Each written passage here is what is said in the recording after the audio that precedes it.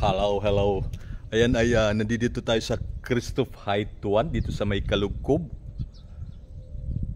Di ko lang alam kung Christoph Height 1 to, pero Christoph Height ito. Kasi may nakita tayo doon sa block na tawag dito. Nakalagay doon sa isang bahay ay Christoph Height 1. So inano ko rin na ito ay Christoph Height 1. Meron din kasing Christoph Height doon, extension ata na yon, A and B. Doon sa may papuntang Molino, sa may Malainin Bago. At ayun, first time kong mapunta dito sa bandang dulo dito sa may Christoph Kalugkob. Madalas lang kasi tayo doon lang sa Bukana, sa Halira na yun. Pero pag punta mo dito sa bandang dulo na to, ganito pa pala kadami yung mga bahay na yun, ng mga bakante oh. Diyos me, nalula ako bigla. First time ko kasing dumiretso dito sa dulo. Kadalasan lang, doon lang tayo sa Bukana ng Christoph dito sa may Kalugkob. Pero sinubukan kong dumiretso rito, ayan oh, kikita ninyo kung gaano pa kadaming mga bahay na bakante na yan na ayusin pa. At ayun, mukha rin siya pa siyang ghost town. At dahil nga sa tawag dito, hindi pa natitirhan, siyempre yun, nagiging madamo talaga yung lugar. Ayan, nakikita nyo, madamo, pero malulula pa rin kayo sa dami ng mga babahay na to, ng mga hindi pa natitirhan.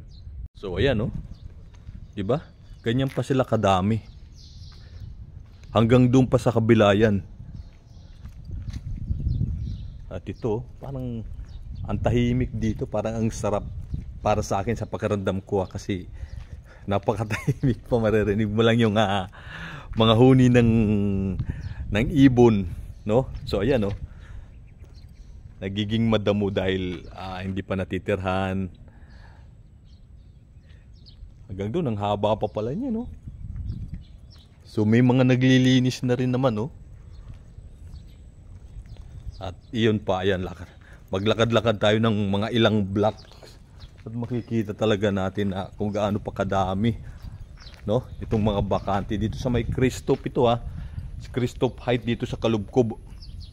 So ayan, nagiging madamo na, nagiging masukal na yung patwalk, no? Papunta doon sa mga bahay.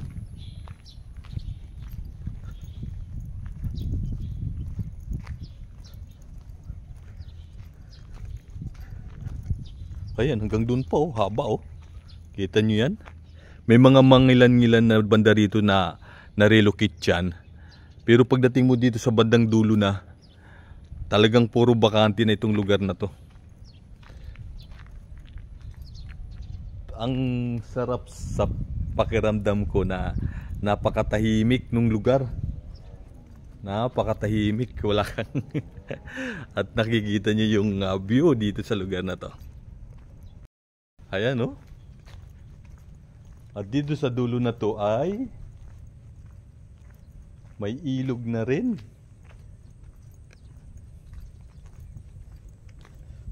First time nating mapadpad dito sa lugar na to. Ayan oh.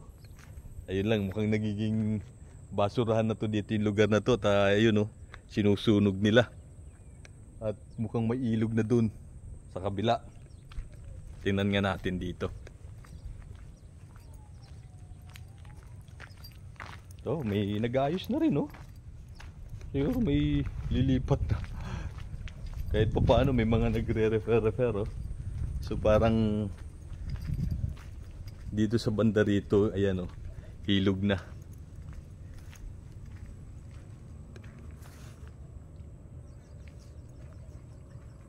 Ayan, oh, bandar yan. Ilog na, paikot, papunta dun. Sa may kabila din dun, oh. Kung nakikita nyo, so may ilog din dito. Ito yung ilog ata dun sa may tulay dun sa may Hyacinth. Ito yung paikot na rito. Pero yun oh, ganda, tahimik ka. Diba? At parang want to sawa pa itong mga bahay na to. Kaya kung lahat matitirhan na ito, napakarami talagang residente at saka napakaraming magiging beneficiary at mabibigyan ng mas maayos at magandang tahanan yung mga tawag dito, yung mga pamilya na walang maayos na bahay. Ayan, oh, di ba? Balik na tayo, doon sa kabila nun. Ikot pa tayo papunta doon, oh. Sa dulo na yun. So madalas lang kasi ako doon sa Bukana, kaya na-surprise ako. Di ba? Kadami pa, oh. Wala akong ibang masabi kundi madami. Talagang ang dami talaga. Mga ilang bahay pa yan, oh, na bakante na aayusin.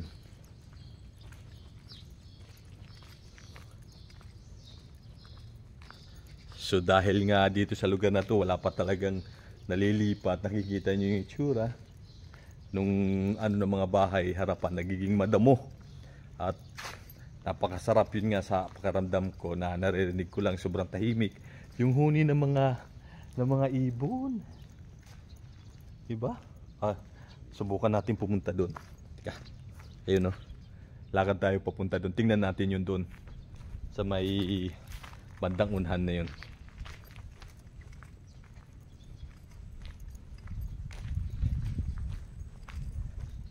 Ito ay mag-walkthrough muna tayo dito sa may Christoph Height sa bandang dulo na. Kasi talagang namangha pa ako sa dami ng bakanting bahay pa dito sa Christoph Height, dito sa Kalubkob. Hindi ko ina-expect na ganito pa kadami yung bahay na to. Although ang dulo na tong Christoph Height na pabahay dito sa may Kalubkob. Pero ang ganda ng lugar. No? Para sa akin yun. Ngayon, kasi nga wala pang mga tao. Ang tahimik pa nung ano rito. Kaya parang nare-refresh din ako. Na napakatahimik at naririnig ko lang yung huni ng mga ibon.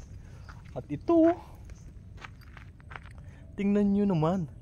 So kung dito ka matitira, meron ka pang lupa na pwedeng mapagtanim-taniman dito sa lugar na to. At yan yung mga bahay na to, ayan, tingnan nyo. So ayan, kapag dyan ka natira or dito ka naman sa kabila natira at itong lupa na nandito, pwede mo pang matanim-taniman. Tapos may ilog na. Para may mga daanan, lusot-lusutan na, oh. Papunta doon, oh. Kung saan pa man yan. Pero dito kasi sa bandang ano na to rito, may ilog. May ilog doon, oh. Kabila, hindi ko alam kung tagus na dyan kasi ang suka. Masukal na yung lugar, eh. No? Nakakaano na makapunta pa rin. Pero yan, ito yung lugar dito. Oh, ganda. Diba? Kung gusto mo, pwede ka pang gumawa parang tambayan dito sa lugar na to, eh. Ayan, no? Ang galing. Ayun doon, no? Malapad pa, tapos parang may daanan papunta ron, no? Ang lapad pa pala papunta ron. Ayun, no? Pero ayun nga yung ilog, di ba? Parang dito sa lugar na to, eh. So nailang na nga lang ko pumunta doon dahil hindi ko kabisado. So ayan lang, ito na yung mga pabahay, oh. Tapos dito sa paligid, yan, oh. Ganda. Grabe. Tapos lapad pa. Napakalapad pa ng lugar. Makikita ninyo kung gaano ka iyabong yung mga puno. Yung mga puno, no? Di ba? Oh, nakikita nyo? Iyabong pa niya kahit dito sa kabila, oh. Yun, oh. Purong kapunuan, kadamuhan, etc. Kung ano yung mga nakikita nating karaniwan sa bukid, sa bundok, no? O sa kagubatan. Ayan, oh. Kikita niyo ba? Diba? Tapos yun yung pabahay. At ayun. So aling na natin na may ilog na dyan banda. Okay, yun lang. Go na tayo. Natuwa ko at dahil nga pagdaan natin dito, eh. Lagi tayo napunta dito sa Christoph Height, dito sa Kalubkob. Pero hindi pa ako nagawi dito sa lugar na to. Kaya nung magawi ako dito, parang gusto ko lang mag-explore pa. Umikot lang ako dun sa nagpa-update sa atin kay Ma'am Silent Kitten sa kanyang block 19, lot 15, kung meron na daw tubig. So ang ganda na ng bahay niya At syempre, yun dun sa request niya na ma-update kung meron ng tubig. Sa wakas, meron tayong napagtanungan dun. Meron na daw po silang tubig. Kasi si nanay nakatira sa Block 19. So, meron daw silang tubig. So, yun, Ma'am Silent Kitten, may tubig na daw po kayo.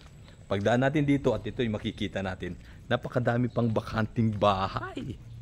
Di ba? So, ano pa? Yan, oh.